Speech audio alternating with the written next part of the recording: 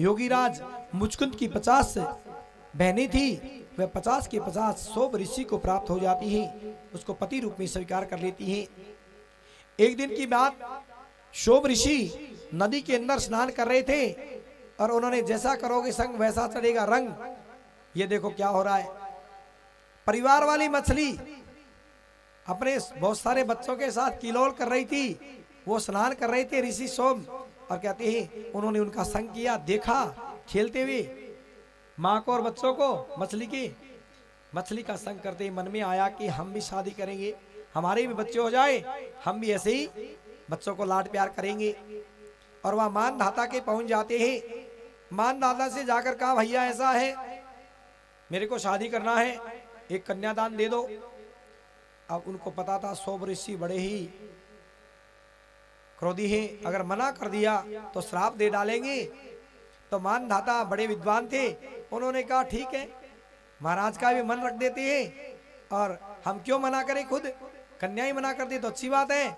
तो कहते हैं, ऐसा डायलॉग लगाया कि महाराज क्यों नहीं, आप ऐसा करो महल के अंदर चले जाओ, बाबा जी हे ब्राह्मण देवता, आपको जो कन्या पसंद कर ले वो मैं आपको शादी कर दूंगा। 50 में से कोई भी कन्या कहे कि मेरे को ये बाबा जी पसंद है, 100 साल वाले बुढ़े, तो महाराज बोले ठीक है।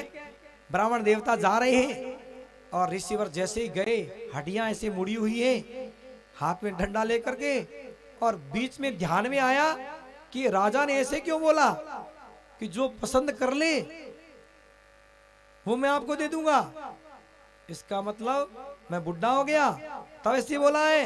और कहते हैं अपने योग बल के द्वारा 16 साल के युवा बन जाते हैं और जाकर के जैसे ही महलों में प्रवेश किया, ऐसे तेज में ब्रह्म बालक को देखा, ब्रह्मचारी को, सारी की सारी कन्याएं मोहित हो जाती हैं और सब हाँ कर देती है, और नीचे लेके आता है कि भैया तू एक की बात कर रहा था, सारी कह रही है चलो।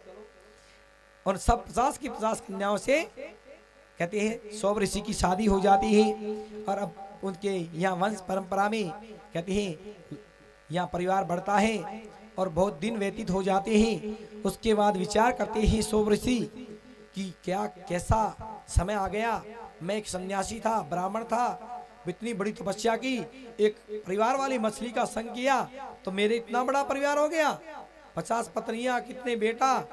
और कहते हैं अब तो कल्याण करने का कोई साधन करना पड़ेगा, और सब पत्नियों को और सब बेटों को लेकर के कहते हैं जाकर के भजन करते हैं, अंततः कहते हैं उनका कल्याण होता है। भजन करते करते